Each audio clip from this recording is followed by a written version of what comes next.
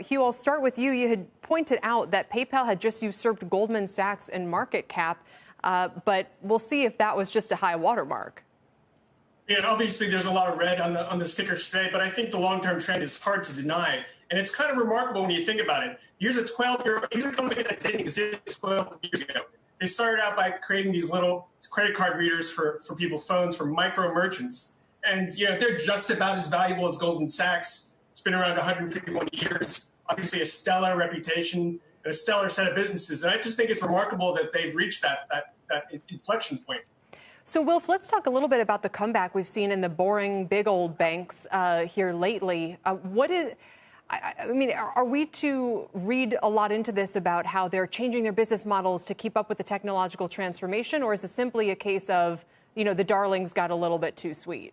I think it's the latter in terms of what you're seeing as a move today. You just have to look at the share price performance. KBW Bank's index down 32% year to date, so clearly lagged massively so far this year. And we have had relatively decent macro data this week in general, and yields have picked up as a sign of that data today, which both factors, of course, help those commercially exposed banks. And so you're seeing a little bit of a bounce from those lows. In terms of that battle between the fintech companies and the traditional banks, I think there are two big differences as to whether the big banks are as threatened as, say, the traditional automakers are by Tesla. The first is that they've had much longer to get essentially their EV equivalent, their tech, ready for the market, and it is already at least comparable as opposed to being a decade behind that of the new challenger.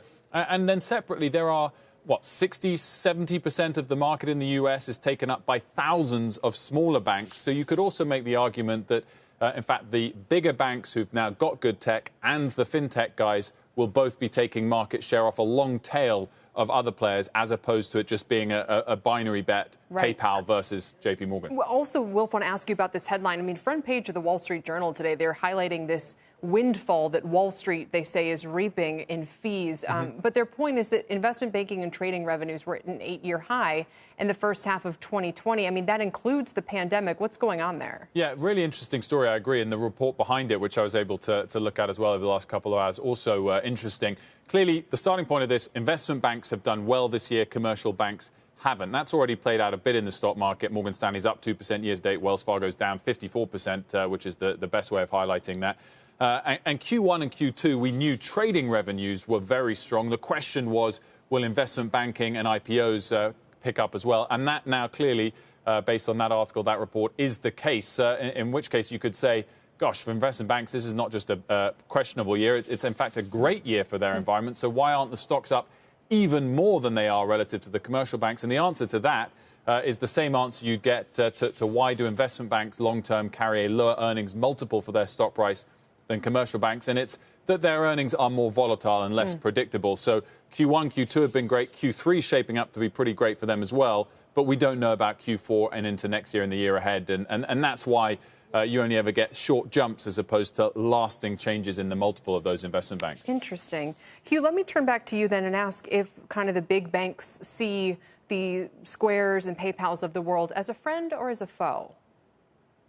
Yeah, I think they see it as a missed opportunity. I've sat down with executives and they look at what the likes of the PayPal, and they look like the likes of Square and Plaid and Stripe as well. And they look at that and they say, we could have done it.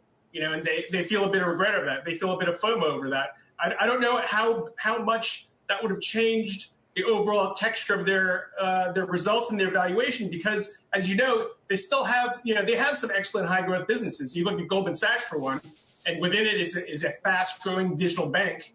And we've reported that Goldman Sachs CEO has complained about the valuation, in contrary to what startups get.